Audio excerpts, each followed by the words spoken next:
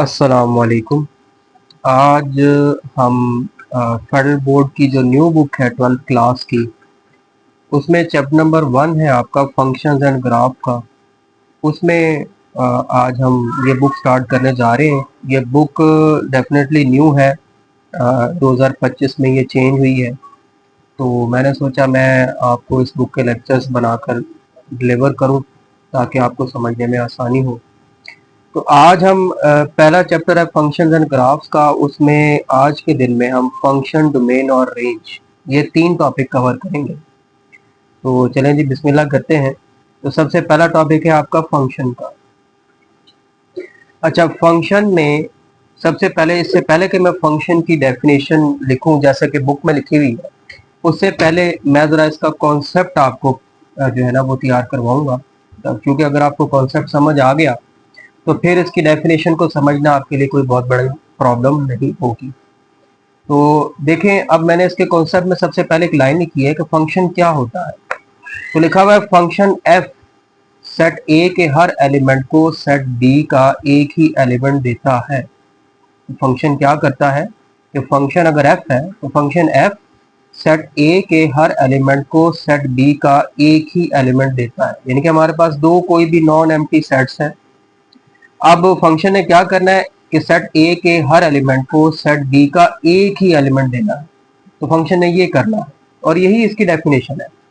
अब इसमें आपने ना दो बातों का खास ख्याल रखना है। नंबर 1 कि सेट ए, या जिसे हम पहला सेट कहते हैं, इसके हर एलिमेंट को इस्तेमाल करेगा। जो फंक्शन होगा वो सेट ए, या जो पहला सेट है, उसके हर एलिमेंट को इस्तेमाल करेगा। उसका कोई भी ऐसा एलिमेंट नहीं होगा जो वो छोड़े। और दूसरी बात यह है कि वो दूसरे सेट का एक ही एलिमेंट देगा। कि दूसरा सेट जो भी होगा, जिसको आप सेट बी कहते हैं, फंक्शन ने दूसरे सेट का एक ही एलिमेंट देना है सेट ए को। ठीक है, ये फंक्शन ने करना है, यही इसकी डेफिनेशन है सादा जुबान में। अब ये जो फंक्शन होता है ना, ये कुछ भी हो सकता है। It can be anything. It can be anything. क्या मतलब है इसका, मैं समझाता हूँ कि फंक्शन जो है ना, इसको हम कुछ भी ले सकते हैं। मिसाल के तौर पर हम कह लेते हैं जी, फंक्शन को हम डिफाइन करते हैं कि जो हमारा फंक्शन है वो है स्केयर। फंक्शन स्केयर है, या हम कहते हैं फंक्शन को डिफाइन करते हैं कि वो स्केयर रूट है। स्केयर रूट, या हम कहते हैं जो हमारा फंक्शन है वो डबल है जी, डबल करना है हमने हर एंट्री को, सेट ए की हर एंट्री को डबल करना है, etc। तो फंक्शन जो होता है ना, उसको किसी भी तरीके से डिफाइन किया जा सकता है, उस पर कोई भी रूल बनाया जा सकता है। तो मैं अब आपको समझाऊंगा। हम डिफाइन करते हैं जी, फंक्शन जो है ना वो हमारे पास स्केयर है। ठीक है, अब आपने ज़हन में ये रखना है कि फंक्शन क्या है, वो है हमारे पास स्केयर। आपको पता है स्केयर कैसे करते हैं। अब मैं दो सेट्स ले लेता हूँ, दो नॉन एम्प्टी सेट्स ले लेता हूँ, कोई से भी दो। मिसाल के तौर पर ये मेरे पास है एक सेट ए, ये मैंने इस तरह से बनाया है, और ये मेरे पास है एक सेट बी। अब इसमें हम कोई भी एंट्रीज लिख सकते हैं, आपकी मर्जी है। मैं अपनी तरफ से कुछ एंट्रीज लिख लेता हूँ, -1, 1, 2, और यहाँ पे मैं कुछ एंट्रीज ले लेता हूँ 1, 4, 9। अब ध्यान में रखना है कि ये जो हमने फंक्शन यहाँ पे डिफाइन किया है, वो फंक्शन क्या है, वो फंक्शन एफ है और वो स्केयर है। अब आपको पता है स्केयर क्या करता है। अब देखिए, फंक्शन है, यहाँ से एक वैल्यू लेनी है -1, और आपको पता है -1 का स्केयर क्या होता है, -1 का स्केयर होता है 1। तो फंक्शन ने, स्केयर ने, सेट ए का पहला नंबर लिया -1 और उसका सेट बी का एक ही नंबर दिया 1, क्योंकि -1 का स्केयर 1 ही होता है, ना 4 होता है, ना 9 होता है, ना कोई और वैल्यू होती है। फिर उसने क्या किया, ये दूसरी वैल्यू ली 1। अब आपको पता है 1 का स्केयर भी 1 होता है। तो अब फंक्शन ने फिर क्या किया, सेट ए का एक नंबर लिया 1, और आपको पता है 1 का स्केयर भी 1 ही होता है, तो उसने उसको सेट बी की एक वैल्यू दे दी 1। अब फंक्शन ने यहाँ से एक वैल्यू ली 2, और आपको पता है 2 का स्केयर क्या होता है 4, तो उसने यहाँ से एक वैल्यू लेके उसको एक नंबर दे दिया 4। तो अब आप देखें, ये फंक्शन की डेफिनेशन पे पूरा उतर रहा है कि फंक्शन ने क्या किया, सेट ए के हर एलिमेंट को सेट बी का एक ही एलिमेंट दिया। हाँ, ये और बात है कि ये दो वैल्यूज को एक ही नंबर मिला है 1, लेकिन दिया तो एक ही नंबर है ना। -1 को 1 ही दिया, इसके अलावा कोई नहीं दिया। 1 को भी 1 ही दिया है, इसके अलावा कोई नहीं दिया। 2 को भी एक ही नंबर दिया, 4 इसके अलावा कोई नहीं दिया। तो फंक्शन ये करता है कि फंक्शन जो होता है वो सेट ए के हर एलिमेंट को सेट बी का एक ही एलिमेंट देता है। यही इसकी डेफिनेशन। अब इसमें कुछ बातें और ऐड करते हैं। ये जो पहला सेट होता है ना जी, इसको हम कहते हैं ये डोमेन है। पहले सेट को कहते हैं डोमेन। ये जो दूसरा सेट है इसको हम कहते हैं कोडोमेन। और पहले सेट में वो एलिमेंट्स जो अटैच हो गए हैं सेट ए के साथ, इनको हम कहते हैं रेंज। तो ये आपको क्लियर होना चाहिए, पता होना चाहिए डोमेन, कोडोमेन और रेंज क्या होती है। यानी कि मैं अगर डोमेन लिखूं तो डोमेन जो सेट है उसके अंदर कौन कौन सी एंट्रीज आएंगी, एलिमेंट्स आएंगे, -1 आएगा, 1 आएगा और 2 आएगा। और अगर मैं लिखूं कोडोमेन, तो कोडोमेन के अंदर कौन कौन सी एंट्रीज आएंगी, एलिमेंट्स आएंगे, वो आएंगे 1, 4 और 9। लेकिन अगर मैं लिखूं यहां पे रेंज, तो रेंज के अंदर कौन कौन से एलिमेंट्स आएंगे जो अटैच हुए हैं, रेड सर्कल में है, 1 और 4। तो ये एक डिफरेंस है डोमेन, कोडोमेन और रेंज में। अच्छा, अब इस फंक्शन को हम लिखेंगे कैसे। फंक्शन को जब भी हम लिखते हैं ना तो ऑर्डर पेयर फॉर्म में लिखते हैं। एक तो सेट बनाना है आपने और ऑर्डर पेयर फॉर्म में लिखना है। ऑर्डर पेयर में क्या करना है, ये जो पहले सेट का नंबर है ये पहले लिखेंगे और जो दूसरे सेट का नंबर है उसको दूसरे नंबर पे लिखेंगे। तो ये मैंने ब्रैकेट लगाई, पहला नंबर पहले लिखा -1 और -1 को क्या मिला था, 1 मिला था। दूसरा नंबर बाद में लिखा -1 1। इसी तरह उसने यहाँ से वैल्यू ली थी 1 और उसको यहाँ पर वैल्यू उसने फिर क्या दी थी 1। यहाँ से उसने वैल्यू ली थी 2 और उसको यहाँ पर उसने क्या वैल्यू दी थी 4। तो ये मैंने फंक्शन को बकायदा सेट फॉर्म में लिख दिया। ये जो इसके अंदर ये जो ब्रैकेट्स में नंबर लिखे हैं ना, इनको हम ऑर्डर्ड पेयर्स कहते हैं, ऑर्डर्ड पेयर्स। ठीक है, ऑर्डर्ड पेयर्स। ये मैंने फंक्शन को ऑर्डर्ड पेयर फॉर्म में लिखा है। ठीक है, ये आपको क्लियर हो गया। तो ये फंक्शन के हवाले से एक छोटा छोटा सा कॉन्सेप्ट है। अब इसमें कुछ मजीद एडिशन में करूंगा। ये जो सेट ए के एलिमेंट्स होते हैं ना जी, ये वाले, इनको हम प्री इमेज भी कहते हैं। Pre image. और ये जो रेंज है, ये वाले जो एलिमेंट्स हैं जो अटैच हुए हैं, इनको हम इमेज कहते हैं। ठीक हो गया। तो 1 4 का प्री इमेज क्या है, -1 1 और 2 है। या 1 का प्री इमेज क्या है, -1। इस 1 का एक प्री इमेज 1 भी है और 4 का प्री इमेज 2 है। ठीक है, तो ये जो एलिमेंट्स हैं इनको हम प्री इमेज कहते हैं और ये जो एलिमेंट्स हैं इनको हम इमेज कहते हैं। ये भी आपको पता होना चाहिए। ठीक होगा जी। अच्छा, अब हम बात करेंगे इक्वेशन की फॉर्म में। आपको पता है इक्वेशन में x y z वेरिएबल्स होते हैं। तो अब कोई भी फंक्शन होना, उसमें दो तरह के वेरिएबल्स होते हैं, एक डिपेंडेंट वेरिएबल होता है और एक इंडिपेंडेंट वेरिएबल होता है।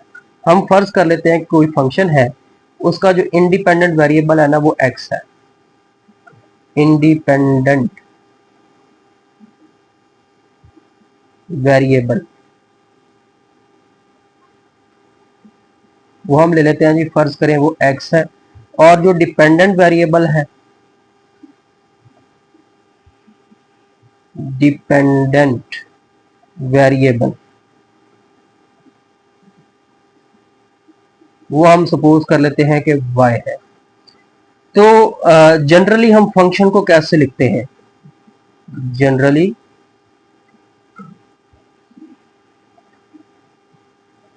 function is written as, function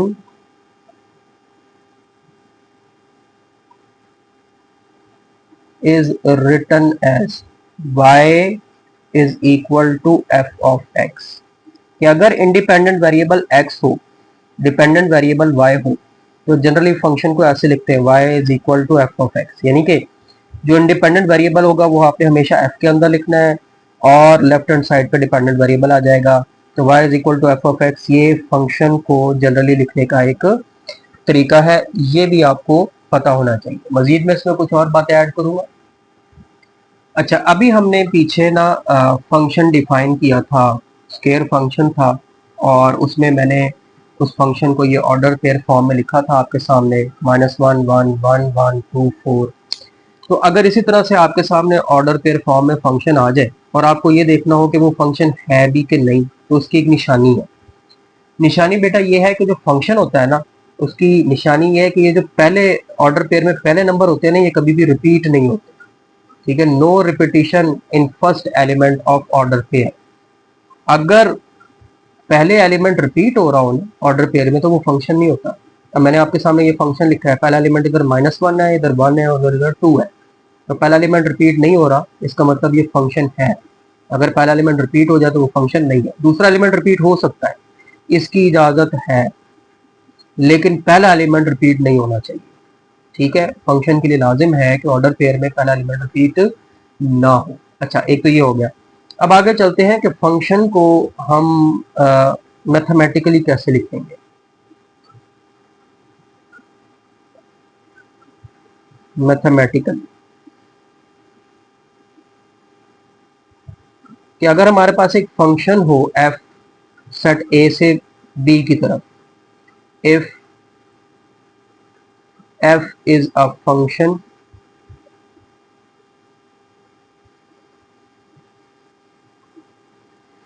from set A to set B, तो इसको मैथमेटिकली लिखने का तरीकाकार ये है। इसको हम ऐसे लिखते हैं, एफ लिखेंगे, कॉलन लगाएंगे, फिर ए आएगा और फिर एरो आएगा और फिर बी आएगा। ठीक है, तो ये है आपका फंक्शन को मैथमेटिकली लिखने का तरीका। इसको हम कहते हैं function from A to B. इसको पढ़ा भी ऐसे जाता है जैसे मैंने अभी पढ़ा है कि F is a function from A to B. F is a function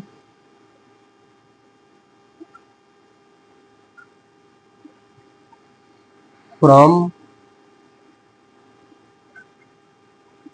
set ए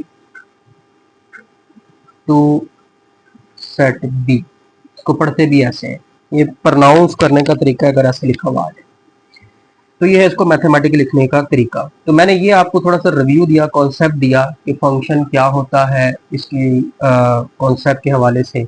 अब हम इसकी डेफिनेशन की तरफ आएंगे। अगर आपको ये बातें समझ आ गई हैं, अब आपको डेफिनेशन समझना बिल्कुल भी मसला नहीं रहेगा। तो बुक में उसने फंक्शन की डेफिनेशन किस तरह से लिखी है वो देखते हैं। तो बुक में वो लिखता है कि a function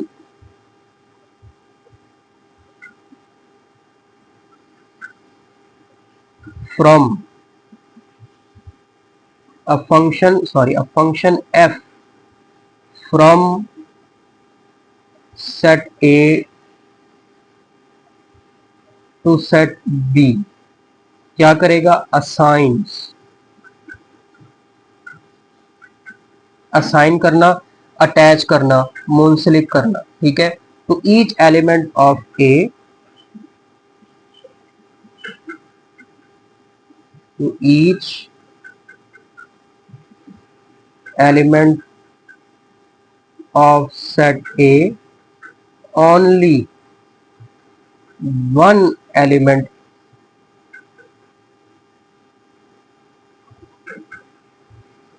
of set B, of set B। ये मैंने डेफिनेशन उर्दू में भी ऐसी लिखी थी कि फंक्शन है हमारे पास कोई भी f from set A to set B, तो वो क्या करेगा, वो सेट A के हर एलिमेंट को असाइन करेगा सेट B का एक ही एलिमेंट। ठीक है, इसको उर्दू में हम ऐसे कहेंगे, a function f from set A to B assigns to each element of set A के हर एलिमेंट को असाइन करेगा only one element of set B का एक ही एलिमेंट। ठीक है, सेट A के हर एलिमेंट को सेट B का एक ही एलिमेंट असाइन करेगा, उसको हम कहते हैं फंक्शन। फिर उसने साथ उसने ऐड किया, ये भी मैंने आपको बताया हुआ है कि जो पहला सेट होता है या जो सेट A होता है वो डोमेन कहलाता है। Set A is called domain, और मैंने ये भी बताया सेट B क्या होता है, and set B is called codomain. तो ये है जी आपका फंक्शन का कॉन्सेप्ट, उसकी डेफिनेशन और उसके हवाले से तमाम पॉइंट्स। उम्मीद है आपको समझ आई होगी। अब हम नेक्स्ट टॉपिक की तरफ चलते हैं। ये तो हो गया आपका फंक्शन। अब आगे आएगा डोमेन। अच्छा जी, डोमेन का टॉपिक है आपका। ये डोमेन मैंने लिखा है। तो डोमेन क्या होता है? तो डोमेन भी एक सेट होता है, ठीक है। तो इसके बारे में पहले मैंने कॉन्सेप्ट के तौर पर उर्दू में लिखा है कि ऐसी इंडिपेंडेंट वेरिएबल की वैल्यूज जो इनपुट के लायक हो, ठीक है। ऐसी इंडिपेंडेंट वेरिएबल की वैल्यूज जो इनपुट के लायक हो, और इंग्लिश में वो लिखता है the set of all values of dependent variable which qualify as input. वही बात है कि ऐसा सेट या सेट की ऐसी वैल्यूज जो फंक्शन में पुट करने के लायक हो, जिनको हम फंक्शन में पुट कर सकते हो। अब मैं ये एग्जांपल से समझाऊंगा। मिसाल के तौर पर हमारे पास एक फंक्शन आ जाता है f of x is equal to 1/x। अब इसमें मैं एक वैल्यू 0 पुट करके देखता हूँ क्या आता है। Put x is equal to 0। अब ये x है, इसकी जगह पे भी 0 आएगा, ये x है, इसकी जगह पे भी 0 आएगा। ये बन जाएगा f of 0 is equal to 1/0। अब आपको पता होना चाहिए कि जब भी डिनोमिनेटर में 0 आ जाए, जब भी नीचे 0 आ जाए, तो जवाब इन्फिनिटी आता है। और इन्फिनिटी को हम अनडिफाइंड भी कहते हैं, अनडिफाइंड, ठीक है। तो जब हमने x की जगह पे 0 पुट किया, जो जवाब आया वो आपके सामने है, वो आया है अनडिफाइंड। अनडिफाइंड का क्या मतलब होता है कि जिसके बारे में हम बता ही ना सकें कि वो क्या है। तो 0 पुट करने पे जो आउटपुट आई है, जो जवाब आया है, वो अनडिफाइंड आया है, कोई वैल्यू नहीं है। इसलिए 0 क्वालिफाई नहीं कर पाया इस फंक्शन की इनपुट के तौर पे। इसके अलावा आप कोई भी वैल्यू पुट कर लें। मिसाल के तौर पर आप इसमें फंक्शन में x की जगह पे 1 पुट करें। अब इस x की जगह पे भी 1, x की जगह पे भी 1 पुट करें। f of 1 is equal to 1/1, जवाब आ जाएगा 1। अब देखो ये जो जवाब आया है ये डिफाइंड आंसर है 1। आपको पता है 1 एक वैल्यू है, ठीक है। आप एक काम करें, आप x की जगह पे 2 पुट कर दें।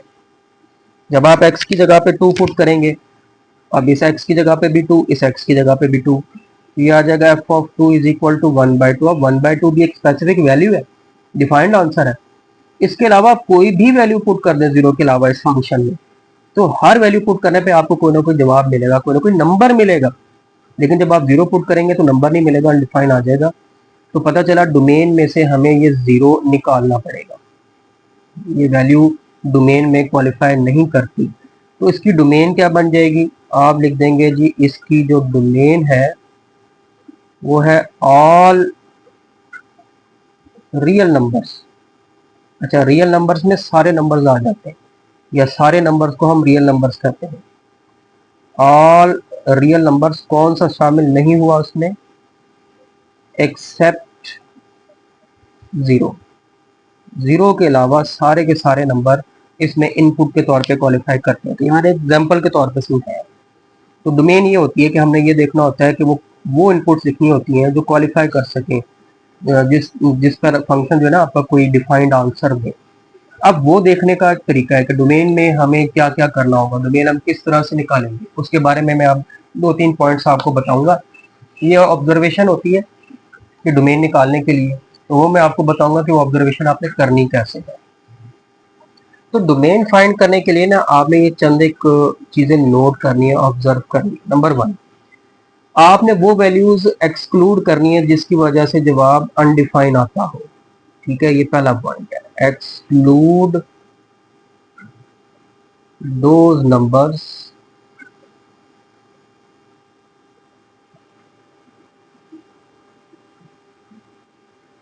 which make function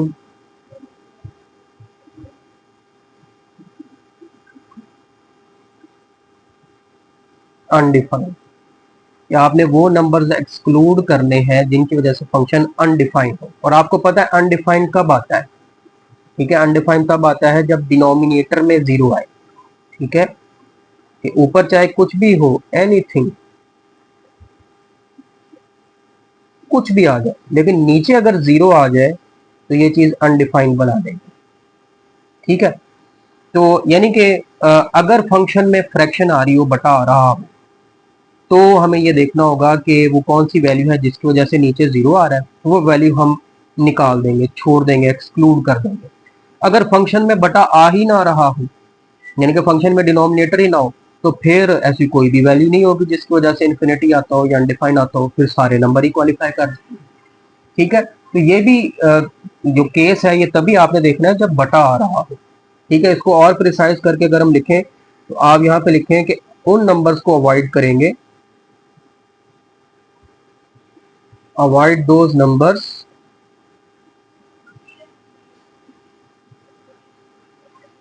which make denominator zero।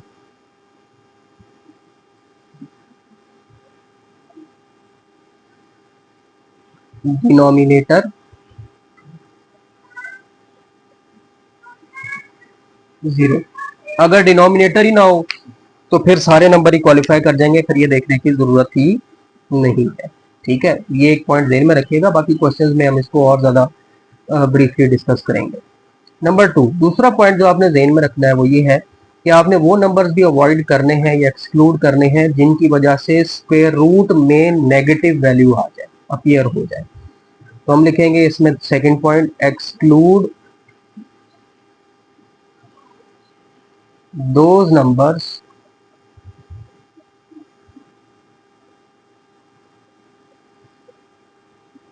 Due to which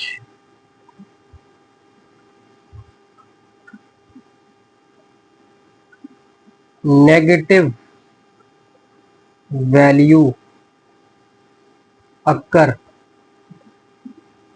in square root।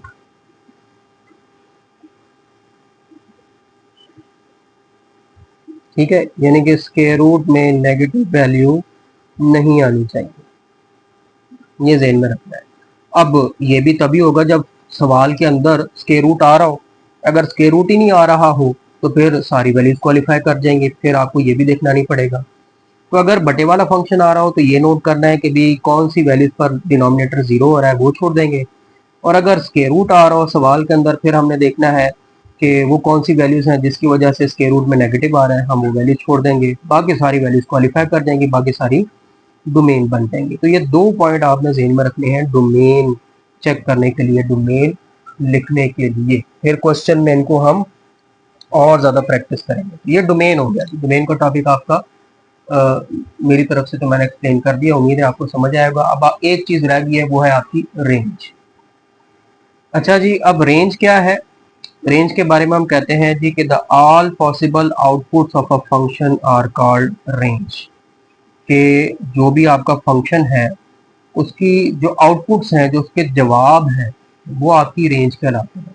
ठीक है, अब इसमें हमने क्या ऑब्जर्व करना होगा, क्या चेक करना होगा? तो ये मैंने दो पॉइंट्स लिखे हैं। पहला पॉइंट लिखा है बाय सब्सटीट्यूटिंग डोमेन, के डोमेन को पुट करने पे check whether we get only positive answers और ओनली नेगेटिव आंसर्स और बोथ। हमें ये नोट करना होगा कि जो डोमेन में वैल्यूज दी हुई हैं या डोमेन की जो वैल्यूज बनती हैं फंक्शन में, वो पुट करने पे क्या हमें सिर्फ पॉजिटिव जवाब मिल रहे हैं या सिर्फ नेगेटिव जवाब मिल रहे हैं, या दोनों पॉजिटिव और नेगेटिव मिल रहे हैं, या कोई फिक्स्ड वैल्यूज मिल रही हैं। ये हमें चेक करना होगा, ये हमें नोट करना होगा। और दूसरा हमें देखना होगा कि मैक्सिमम आंसर क्या आ सकता है और मिनिमम आंसर क्या आ सकता है। तो ये चीज़ें हम नोट करेंगे तो हमें रेंज भी पता चल जाएगी। अच्छा, बुक में इन टॉपिक के एंड पे ना इन शॉर्ट एक बड़ी खूबसूरत सी बात लिखी हुई है, 3 पॉइंट्स लिखे हुए। वो ये है कि what can go into function is domain, कि फंक्शन में क्या जा सकता है इसको डोमेन कहते हैं। What comes out of function is codomain, और फंक्शन से क्या आ सकता है ये कोडोमेन है। What actually comes out of function is called range, और फंक्शन में से असल में क्या चीज बाहर आती है, क्या निकलता है, वो रेंज कहलाता है। ठीक है, क्या जा सकता है वो डोमेन है, क्या आ सकता है वो कोडोमेन है, और असल में क्या आया वो रेंज है। तो ये जी आपका फंक्शन, डोमेन और रेंज का एक टॉपिक था, मैंने एक्सप्लेन किया। उम्मीद है आपको समझ आई होगी। बाकी फिर मिलते हैं अगले लेक्चर में, तब तक के लिए अल्लाह।